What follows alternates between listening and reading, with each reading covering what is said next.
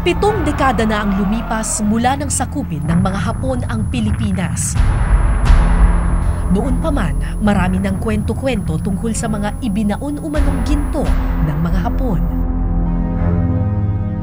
Ilang beses na itong pinabulaanan. Pero pagkatapos ng 70 taon, buhay pa rin ang pagkahumaling ng ilan sa alamat ng ginto. Tuloy ang paghahanap sa lihim na nakakubli sa ilalim ng lupa.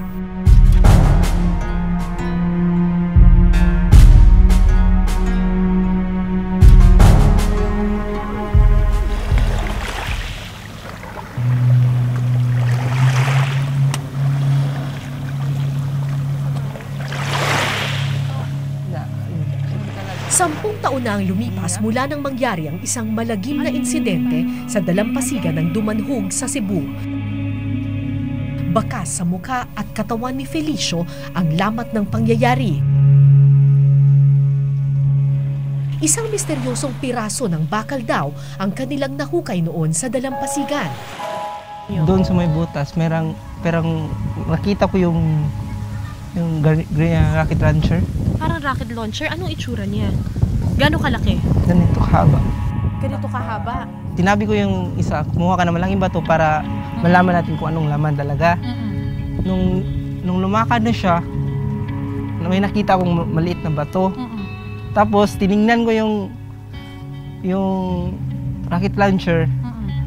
May nakita ako sa may uluhan nito na parang na-conscious ko eh. So, ang ginawa ko, pinukpok ko yun. Pagpukpok ko, doon na sumabog. Sumabog bigla? Pagkatapos ng nangyari hanggang ngayon, hindi pa rin nila matukoy kung saan nanggaling ang animoy granada. Pero tila raw galing ito sa mga Hapon tulad ng iba pang misteryosong bagay na isa-isang lumitaw sa pagdaan ng panahon. Meron ako nababalitaan. Parang meron silang nakuha. Na ano? Parang yung sinabi mo, samurai. Samurai? Oo. Hinanap ko ang mga mangingisdang nakahukay raw ng lumang espada ng mga Hapon. Actually, itong buong community nila, para siyang nakatayo sa isang malaking cave system. Kasi kung titingnan mo yung yung uri ng mga bato dito, limestone to eh. Yung ganyang klase ng mga bato na parang may butas-butas, ang tawag dyan limestone. Tapos puting-puti, karaniwan mong makikita yan sa mga kuweba.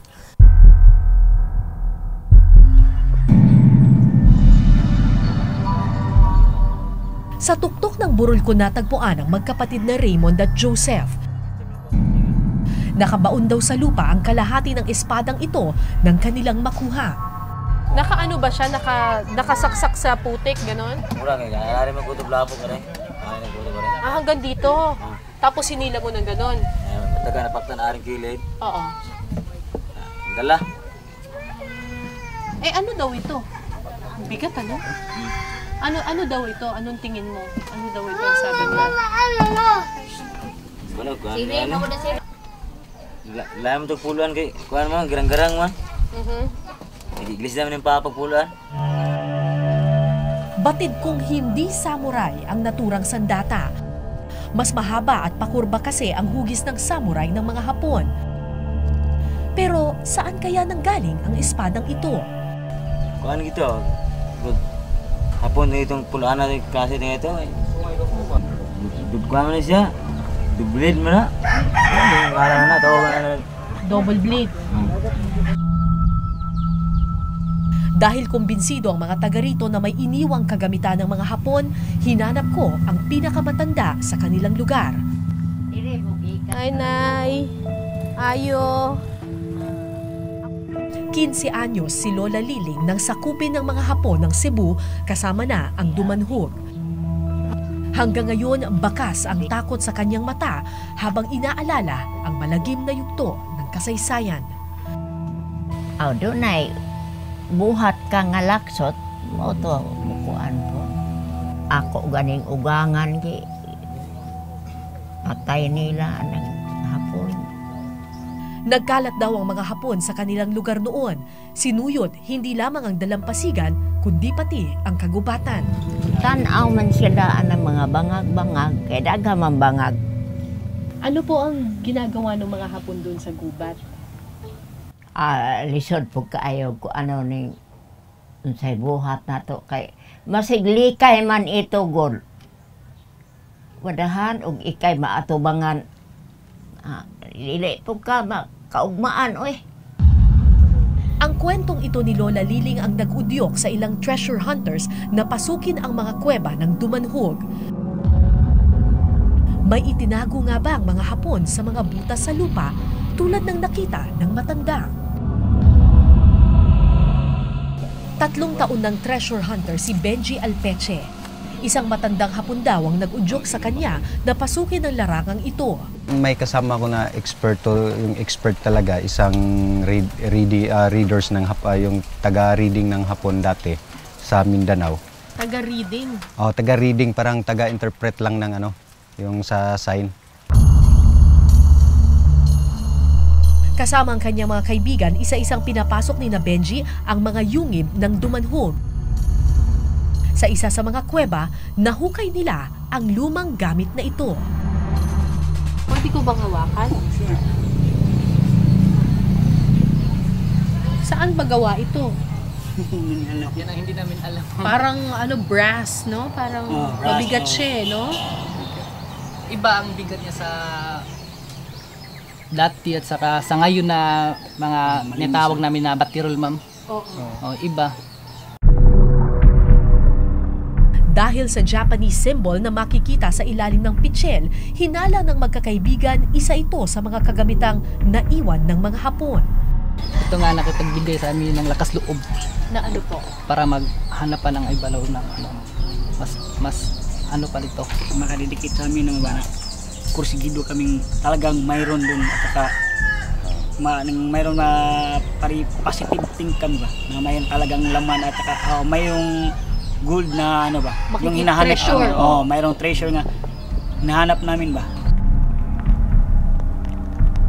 Tadtad ng maraming butas sa lupa ang mga burol sa Dumanhog. Sa unang tingin, tila karaniwang bato lamang ang nakapaligid sa mga yungib. Pero iba ang tingin dito ni Benji. Ano po? Yung triangle na malapit sa kuweba or tunnel, inside or hanging type or shaft type. So, ibig sabihin po, hindi po ito natural, talaga pong inukit yan? Hindi ito natural. Hindi ito natural.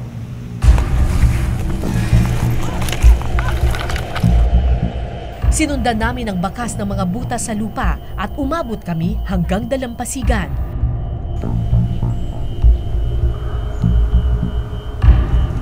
Sinubukan kong sundan ang isa sa maliliit na yungib. Dinala ko nito sa isang pamilyar na lugar.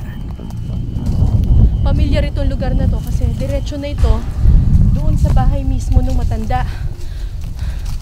Si Lola Liling. Yung nagsabi sa atin na lagi daw niya nakikita yung mga Hapon dito. Totoo nga kaya ang kwento ng matanda? May itinago nga bang ginto ang mga Hapon sa ilalim ng lupa? Okay. Sabi na. Kinabukasan, sumama ako kay Benji para pasukin ang mga kuweba ng Dumanhog. Nagsisimula ng umulan nang bumaba kami sa kuweba. Madulas ang mga bato at puno ng putik. Pasikot-sikot sa loob ng yungib, maraming iba't ibang lagusan. Ano ibig sabihin po nung yung dot na yon, yung butas na That yon? or hole is it is tunnel entrance. Tas may mga Japcoin na deposit. Sa totoo lang, hindi ko naiintindihan ang mga codes na pinapakita sa akin ni Benji. Pero dahil madaling maligaw sa pasikot-sikot ng kuweba, sumunod na lamang ako at hindi umalis sa tabi ng treasure hunter. Pero napatigil ako nang dalhin kami ni Benji sa isang maliit na butas. Yung may hangin. Diyan? Naku. Kasi ito nga sinasabi na Kasya ba tayo dyan? Oo. Nagdalawang isip ako kung papasukin ko ang maliit na lagusang ito.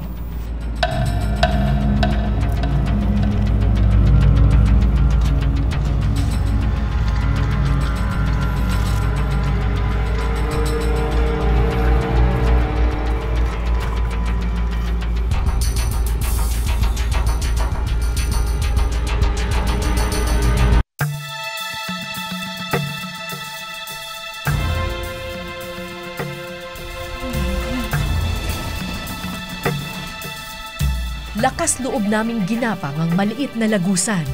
Ang putik.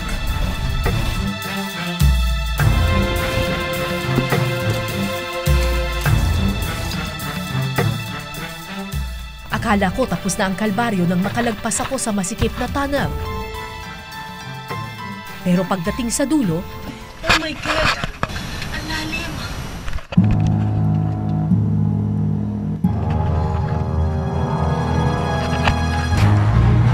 Kaya bumaba? May hagdanan ba? kinabahan akong bumaba sa madulas na bangin. Mas mangat sila.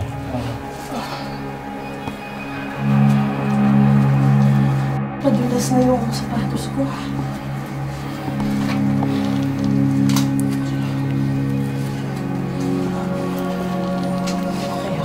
Sige.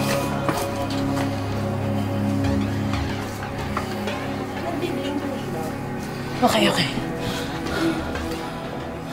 Ano ba mga makikita dito? Ito bang mga sulat-sulat na to? May mga markings dito. Around Beatrice or Rock Triangle. Triangle. At saka yung heart, back. Ipinakita rin sa akin ni Benji ang listahan ng Japanese codes na kanyang hawak. Pati yung ano. Ito daw ang basihan nila para mahanap ang nakatago umanong ginto ng mga Hapon. Maraming simple lang sign dito. Parang hindi mo mahalata. Pero sign yan. Ito basic lang to pero mapag-ano din to. Paano mo malalaman na talagang ginawa nila yan? Baka naman natural lang na may linya, ginawa ng kalikasan. Sa labas marami to. Dito ilan lang to. Kasi nga yung ano nila hindi kailangan magta-travel ng malayo. Nasa ano lang, malapit lang.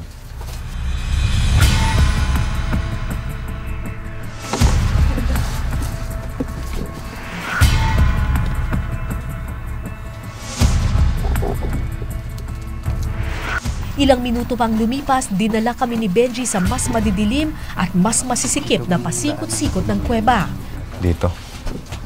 Yung nag-close doon pa sa ibabaw. Pero dito tayo dadaan. Dahil hindi naman eksakto ang mga Japanese map na kanilang hawak, mistulang bulag sa madilim na pasilyo ang mga treasure hunter. Walang ibang sandata kundi kutob at pagkahumaling sa alamat ng ginto. So ano daw yung makikita dun sa loob ng kuweba? Yung mga Japanese coins, mga by barrels yung linalagyan. Nasa loob daw ng kuweba yun? Nasa loob ng kuweba na in tunnel or in cave or in slope yung sabi niya. Or shaft type. Anong pruweba na talagang nandun sa loob ng kuweba? Yung mapa lang po? Yun lang ang ibinigay niya sa amin na preliminary na ano, yung info.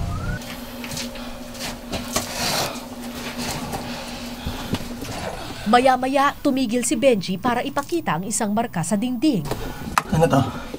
3. Ha? 3? So sabi nila, ito daw, sign daw ito. Parang Japanese marking daw. Pero, very tricky kasi sa loob ng caves. Sa dami ng mga kuwebang napasok ko na. Yung limestone is very malleable. And pwede siyang gumawa ng sari-sarili niyang mga grooves. Maraming ang nakikitang mga iba-ibang images doon. So, we're not really sure kung ito ay man-made or pwedeng gawa lang ng kalikasan.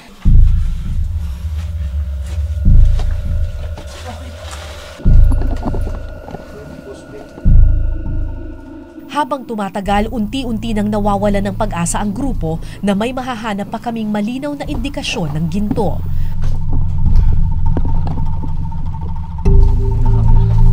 Numinipis na rin ang hangin habang palalim kami ng palalim.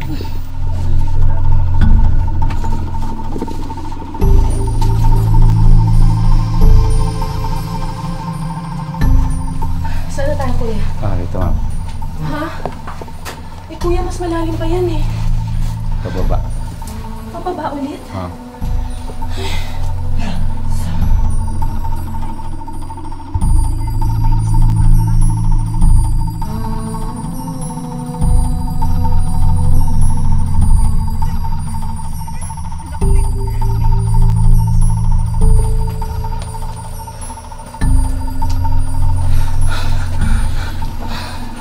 Pababa na naman.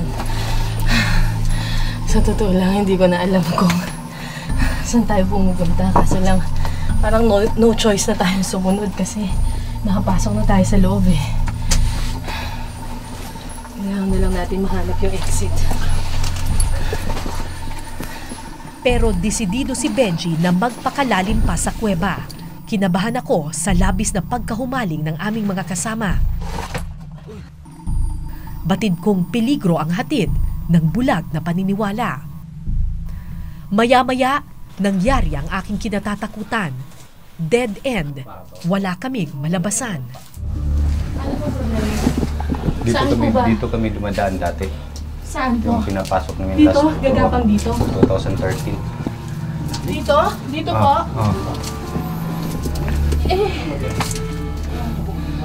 Paano po? Parang hindi tayo kakasya dito. Ang problema kasi natin, hindi na tayo pwedeng lumabas from where we came from. Kasi nakita nyo naman yung binabana natin, sobrang tarik. May madulas yung put. Kailangan hanapin na lang natin yung way out. Sinubukan ng isa naming kasama na pumasok sa napakaliit na siwang sa pagitan ng mga bato. Pero Anong balita? Ha?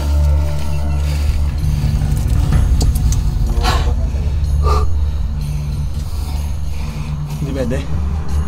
Hindi ko Hindi kaya? Hindi eh. Kami na lang hirap eh.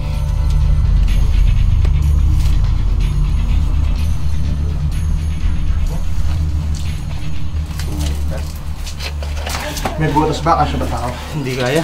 Ha? Hindi kaya? Balik pa rito. Paano tayo lalabas?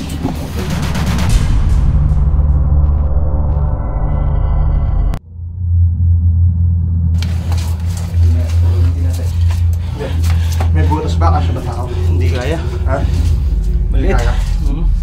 Balik pa rito. dahil naipit kami sa isang dead end, napilitan ng grupo na maghanap ng ibang malalabasan. Ito. Kuya, talaga bang dinadaanan yan? Mataas to dati. Pinagpipilitan ng kasama naming treasure hunter na may cave chamber pa daw sa likod ng pader. Pero nagdesisyon akong bumalik na at maghanap ng ibang lagusan palabas.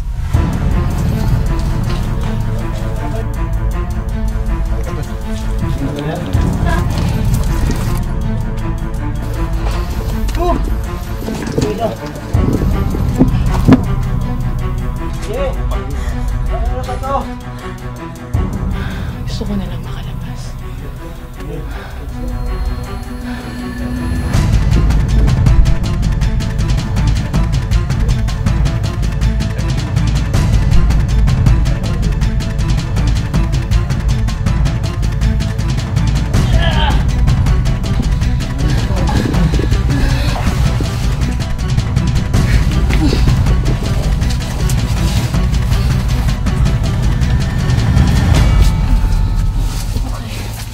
Saan na? Dito. Dito parang mas marami ng hangin dito. Kanina parang kulob na kulob eh. Dito parang nararamdaman mo may hangin na. So, good sign yan.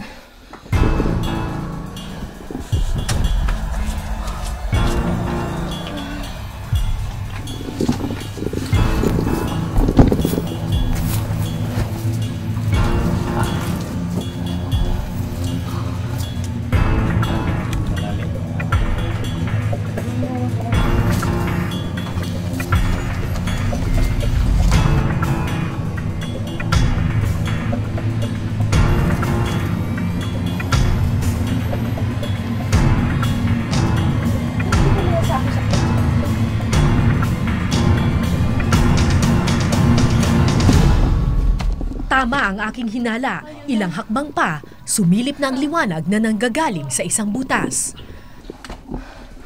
May butas na. Nakahinga na ako ng maluwag.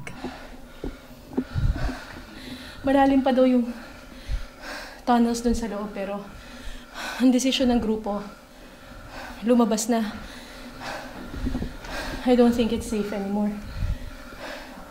Yan ang mahirap sa ginagawa ng mga treasure hunters. Kasi talagang bulag sila sa loob eh. Wala ka naman talaga kasing sinusundan na exact map. Talagang nire-risk mo lang talaga yung buhay mo. For yung glimmer of hope na makakita ka ng ginto na hindi mo naman talaga sigurado kung nag-exist. Mapalad ang grupo dahil nakahanap kami ng ibang butas palabas ng kuweba. Oh, thank God. Oh, iba to ah.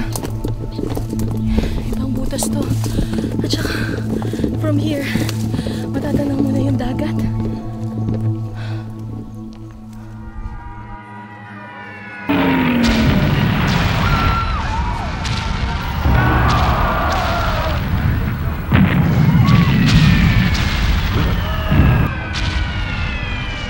Ayon sa historian na si Dr. Ricardo Jose, karaniwan sa mga Japanese tunnels nakaharap sa dagat. Kasi looking towards the ocean, doon dadating yung Amerikano eh. So it's a kind of ocean defense. So tinitingnan mo maglalanding ba yung Amerikano dito. And so you prepare. Okay. Yung tunnels kasi, towards the end of World War II, naging importante yung tunnels kasi yung Americans may air superiority.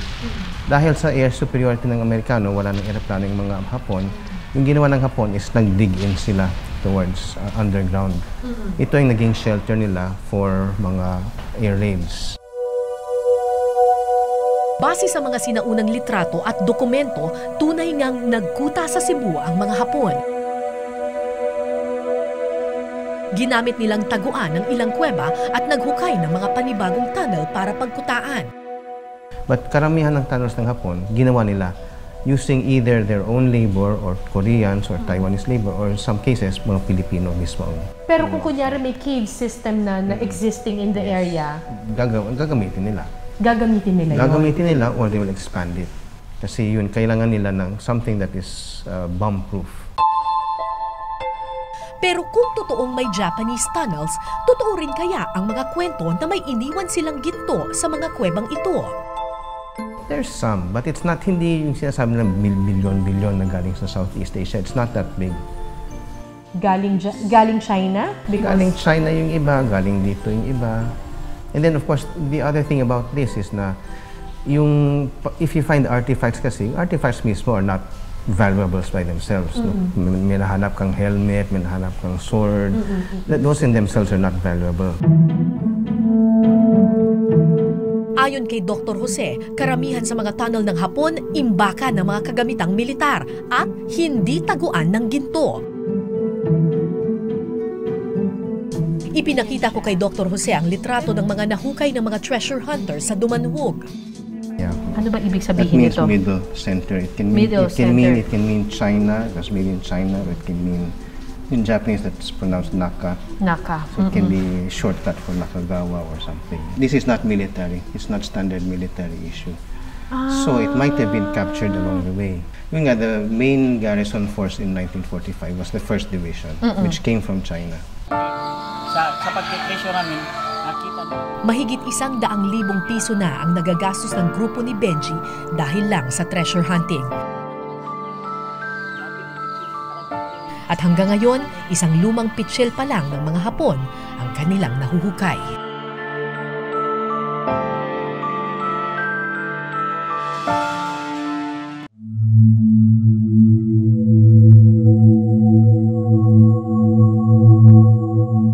Ilang beses nang pinabulaanan ng mga eksperto ang tinaguriang Yamashita Treasure, pero patuloy na kumakapit sa alamat ng ginto ang mga treasure hunter. So hindi kayo titigil hanggat hindi nyo mahanap yung ginto? Hindi ko rin sasabihin na titigil ako, hindi ko rin sasabihin na magpatuloy ako. Hanggat kaya lang namin hanggat may oras pa, may mga panahon pa, o bigyan ka ng Diyos ng guide, bakit hindi? Basta importante, wala kang taong tinatapakan.